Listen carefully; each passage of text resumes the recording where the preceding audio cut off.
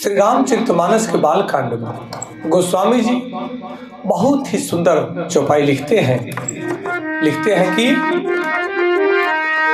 विष्णु बिरंची आदि सूर प्राता चढ़ी चढ़ी वाहन चले बराता सूर समाज सब भांति अनूपा सूर समाज सब भांति अनूपा नहीं बारात दूल्ह अनुरूपा नहीं बारात दूल्ह अनुरूपा। कहते हैं कि भगवान विष्णु जी, ब्रह्मा जी आदि देवताओं के समूह अपने अपने वाहनों अर्थात सवारियों से चढ़ करके बारात में चल दिए। देवताओं का समाज सब प्रकार से अनुपम अर्थात परम सुंदर था, पर दूल्हे के योग्य बारात न थी।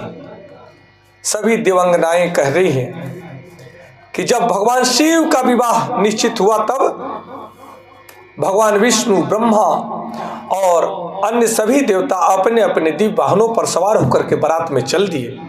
देवताओं का समाज अद्भुत, अनुपम, अत्यंत सौंदर्यपूर्ण था, फिर भी वह बारात दूल्हे शिव के अनुरूप नहीं थी। इस आध्यात्मिक रहस्य को समझने की आवश्यकता है। यहाँ एक गहरा आध्यात्मिक रहस्य छुपा हुआ है कि देवताओं का वैभव बाहरी उपलब्धियां हैं, परंतु भगवान शिव का स्वरूप आंतरिक अनंत चेतना है। यह संदेश हम सबके लिए है कि चाहे संसार कितना भी महान क्यों न हो जाए, परंतु परम चेतना आत्मा उससे भी श्रेष्ठ है। आप कितना ही परम पद को प्राप्त कर लीजिए, परंतु वास्तविक चेतना जो आत्मिक स्वभाव है उससे श्रेष्ठ कुछ भी नहीं है। जैसे सूर्य के सामने दीपक का प्रकाश फीका पड़ जाता है, वैसे ही परम सत्य के सामने सभी प्रकार की उपलब्धियां, सभी प्रकार की भौतिक वैभव सब छोटे लग जाते हैं, सब तुच्छ लगते हैं। इसलिए आज हमें इस बात का एहसास होना चाहिए कि पद, प्रतिष्ठा, धन, सम्मान को महानता नहीं मानना चाहिए। लोग इसी को महान मान लेते हैं, क्योंकि चरित्र, करुणा और आत्मज्ञान से बड़ा कुछ भी नहीं है। और यहाँ अधिकांशतः व्यक्ति अपने चरित्र को, अपने करुणा स्वभाव को, अपने आत्मज्ञान को भूल जाते हैं। यह चौपाई हमें सिखलाती है कि सच्ची शक्ति, सच्चा सौंदर्य हमारे भीतर है। बाहरी सजावट तो दिखावा है। जो व्यक्ति आत्म अवस्थित होता है, अपने स्वभाव में स्थित होता है, जो संतुष्ट होता है, वही उसका वास्तविक सौंदर्य है। कि आज एक बात मान लीजिए, किसी व्यक्ति के पास अपार धन है पर उसके भीतर शांति नहीं है, और दूसरी ओर साधारण व्यक्ति है पर उसका मन शांत है, प्रेम पूर्ण है और संतुष्ट है, तो इसमें कौन महान होगा?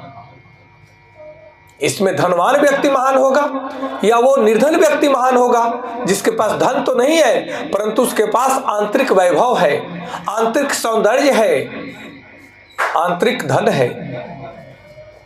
रामचरितमानस हमें सिखलाता है कि जो भीतर से विशाल है, भीतर से धनवान है, वही वास्तविक धनवान है, वही मनुष्य का वास्तविक स्वरूप है। आध्यात्मिक सिद्धांतों को समझना अति आवश्यक है, तभी इस महान चौपाई के भावार्थ को समझने का लाभ मिल पाएगा।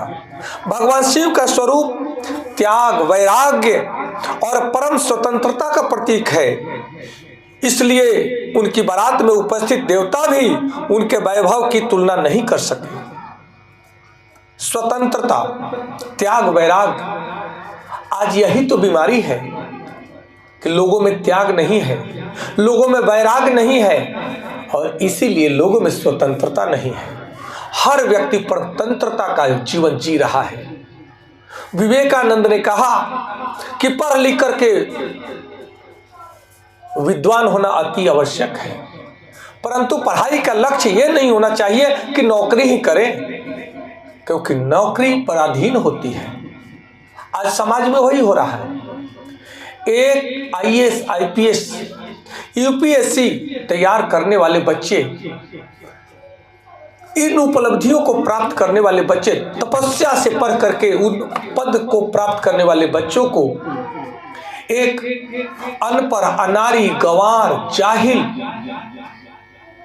विधायक, मंत्री, सांसद, मंत्री का आदेश का पालन करना पड़ता है। जो अनपढ़, गंवार, जाहिल है, और अधिकांश तो आपको देखने को मिलेगा। यह कैसा कानून है, यह कैसा स्वतंत्रता, यह कैसी पढ़ाई? यह पढ़ाई, विवेकानंद जी ने कहा, पढ़ाई तो हमें मुक्ति देती है, विद्या तो हमें मुक्ति देती है, परंतु यह पढ़ाई, यह विद्या तो हमें नौकर बना रही है, हमें पराधीनता दे रही है, हमारे जीवन को बंधन में बांध रही है। कैसी विद्या, कैसी पढ़ाई? इसलिए अध्यात्म विज्ञान के बिना कोई स्वतंत्र जीवन जी ही नहीं सकता, और स्वतंत्रता के भाव को भी नहीं समझ सकता, स्वतंत्रता को परिभाषित नहीं कर सकता। इसलिए अध्यात्म विज्ञान बहुत बड़ी विद्या है। इस विद्या को जो पाएगा वही मनुष्य जीवन जी पाएगा।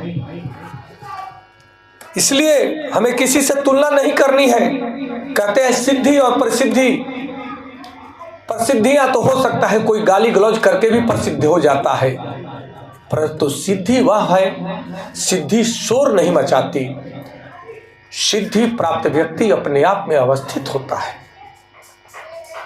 प्रसिद्धि प्राप्त करने वाला कोई जरूरी नहीं है कि वो सिद्धि प्राप्त किया हो। वह हो सकता है सिद्धि का मुखौटा पहन करके विज्ञापन के माध्यम से अपने आप को प्रचारित कर लिया, या किसी, आज तो सबसे प्रसिद्ध होने का बहुत आसान तरीका है, किसी बड़े व्यक्ति को गाली दे दो, आरोप लगे तो कहो कि अभिव्यक्ति की आज़ादी नहीं है। अभिव्यक्ति की आज़ादी का अर्थ ये थोड़े है कि आप जो मन में आए वही कहेंगे, वही बोलेंगे।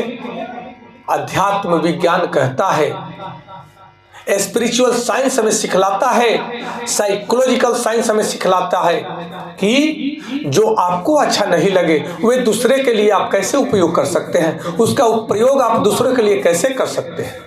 जो स्वभाव, जो आचरण, जो भाषा, जो वाणी आपको अच्छा न लगे वे दूसरे के लिए उपयोग मत करें। और आज वही हो रहा है। अपने लिए जो ठीक है करो, दूसरों पर क्या गुजरता है उसको छोड़ो। ये आध्यात्मिकता थोड़े है, यह मनुष्यता थोड़े है। इससे तो अच्छे पशु पक्षी हैं जो अपने मालिक का, अपने मित्र का आदेश मानते हैं, अपने सेवक का आदेश मानते हैं। परंतु आज मनुष्य विषधर से भी विषधर हो गया है, केवल बनावटीपन के लिए, दिखावा के लिए। इसलिए इस चौपाई को ध्यान में रखते हुए, इसके गहराई को ध्यान में रखते हुए अध्यात्म के और गहराई में डूबने की आवश्यकता है। मैं थोड़ा थोड़ा आपको इशारा करता चलूँगा कि आप भी आध्यात्मिक गहराई को प्राप्त करें, यही हमारी मनोकामना है। हर हर महादेव। जय माता पार्वती जी। जय श्री राम, जय श्री राम, जय श्री।